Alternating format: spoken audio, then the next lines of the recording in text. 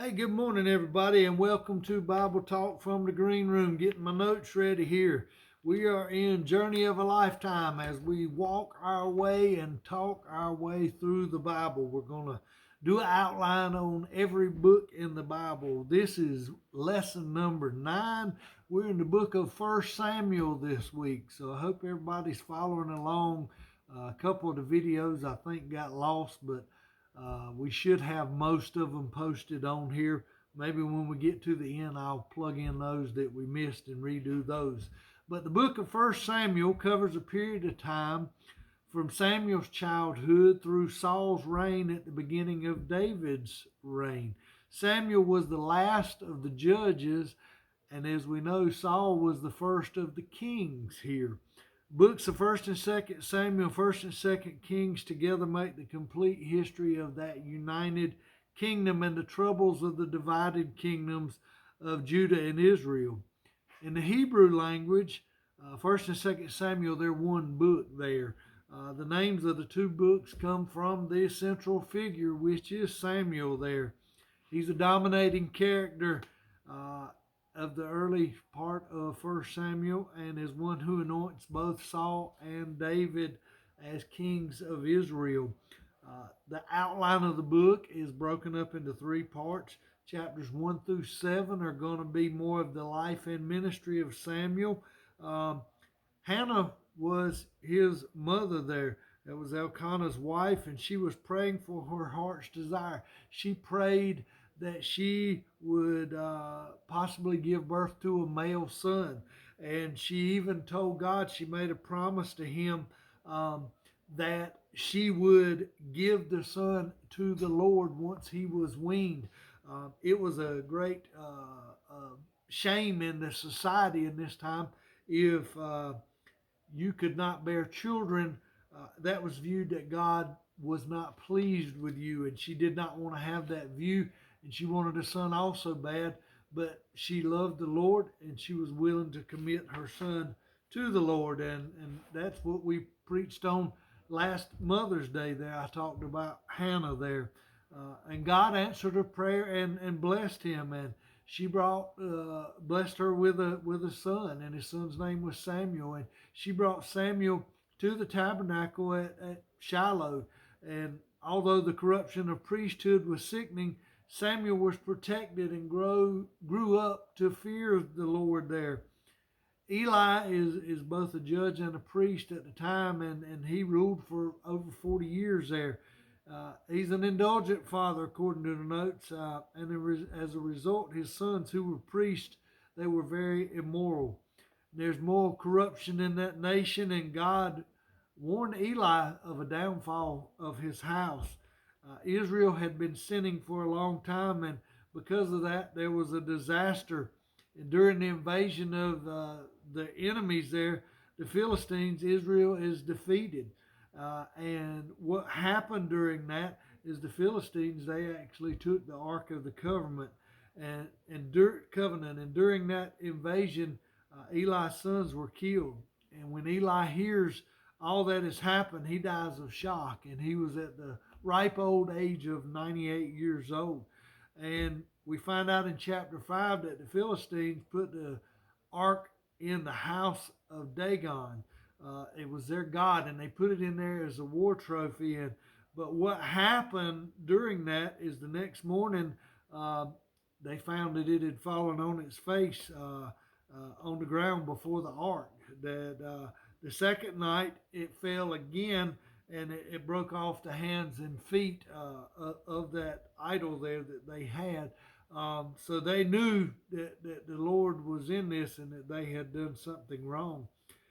Chapter 5 and 6 record all the problems that the ark brought to the Philistines there. Because of these problems, the ark was returned to the Israelites.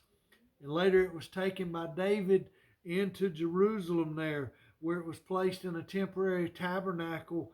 And then it ended up being in the Holy of the Holies when King Solomon got his temple built there. Um, First Samuel chapter 7 is a record of Israel's revival under Samuel and how they defeated the Philistines in that. Um, when we roll on into the second phase of this book here, chapters 8 through 31 are the life and reign of Saul there. Saul, you know, he was in there, and Ramah and the elders gathered at Ramah, and they asked Samuel to give them a king to rule over them. And Samuel warned them of the cost of that. And if you could look around at their neighboring states, they could see that there was corruption, forced labor, heavy taxes, and a loss of freedom. But they still wanted a king to rule over him because they wanted to be like other nations. So the moral of that is be careful what you ask for. You just might get it. In chapter 10, Samuel announced Saul as Israel's first king. Saul is handsome to look at. He's tall and strong. He starts out as a good king. He was humble and he was meek, but the notes go on and talk about that under his leadership, the Israelites defeated the Ammonites, and Saul tells his people to go to Gilgal to make sacrifices to the Lord. And he warns them there. He says that they must serve the Lord or they and their king will be consumed. In chapter 13, Saul disobediently and arrogantly takes over the function of priest and offers a burnt offering. Because of that sin, Saul is informed by Samuel that he's going to lose his dynasty there. Chapter 15, Saul disobeys the Lord direct commandment and the Lord's direct commandment to completely destroy the Amalekites. Boy, I'm struggling with words this morning. Therefore, Saul tells that because of the sin, the Lord has rejected him as king.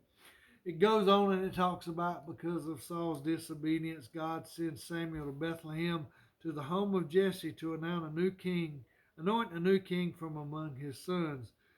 Then it goes on, and after David slays Goliath there, David's popularity becomes so great, people shout.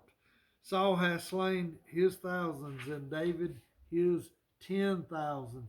And that angers King Saul there. From this time, there's a lot of jealousy in Saul's heart towards David. An interesting character appears in the story of this time, and that character's name is Jonathan. And he's the son of King Saul. And he's a very dear friend of David. In the battle with the Philistines, Saul, Jonathan, and Saul's two older sons are killed. A life so full of promise ended in defeat at that point. Now, when we look in the next part here, chapter 16 to 31, it talks about the early life of David there. David's a man after God's own heart, as we always hear from the scriptures. And he's one of the great characters in Israel's history there. David, the son of Jesse and the great-grandson of Ruth and Boaz, is the youngest of the 8 sons. When David's 18, God tells Samuel to anoint him as king to succeed Saul. David was born in the town of Bethlehem. That's why the New Testament calls Bethlehem the city of David. Saul makes an attempt to take David's life, and these events are recorded in 1 Samuel chapters 19 to 26. However, David's life is spared. Twice David had the opportunity to kill Saul, but he didn't. In the midst of Saul's rampages against David, Samuel ended up dying. Finally, David can only find refuge from Saul outside of the borders. And it says that David stayed in exile until the death of Saul and his sons. And next week, when we get into 2 Samuel, we're going to see how David comes back to Israel and leads the nation to its heights of glory and splendor. Thank you for tuning in to Bible Talk from the Green Room. Y'all make time to check on mental health this weekend and be sure to create mental health awareness out in the community while you're at work and even in your homes there. Thank you for tuning in. Love y'all. We'll talk to you next time.